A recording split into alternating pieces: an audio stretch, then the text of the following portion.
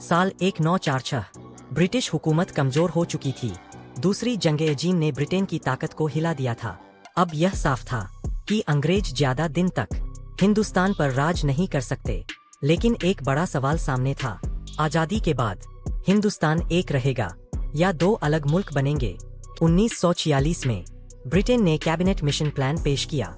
इसका मकसद था भारत को आजादी देना, हिंदू और मुस्लिम नेताओं के बीच समझौता कराना, देश को एक साथ रखना।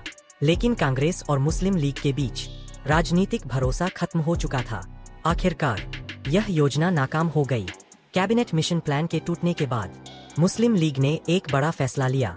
कायदे आजम मोहम्मद अली जिन्नाह ने कहा, अब पाकिस्तान की मांग सिर्फ बातचीत से पूरी नहीं होगी।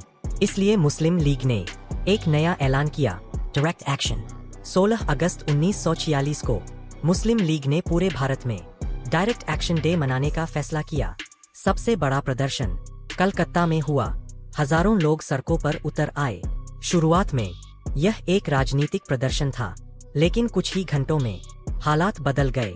कलकत्ता की सड़कों पर हिंसा फैलने लगी। हिंदू और मुस्लिम समुदायों के बीच भयानक झड़पें शुरू हो गईं। दुकानें जलाई गईं, घरों पर हमले हुए, पूरे शहर में अराजकता फैल गई। 4 दिन की तबाही। यह हिंसा लगातार 4 दिन तक चलती रही।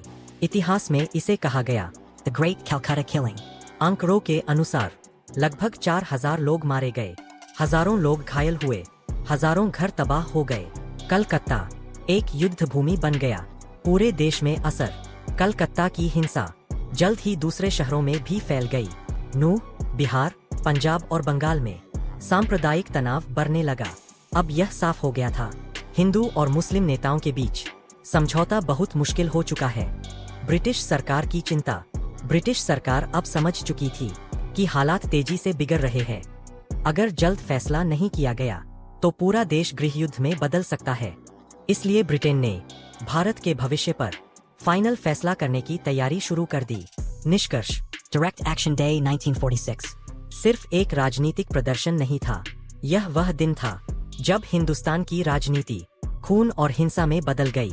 इसके बाद भारत का विभाजन लगभग तय हो गया था और इतिहास अब तेजी से बढ़ रहा था 1947 की ओर, जहां एक नया मुल्क जन्म लेने वाला था, पाकिस्तान।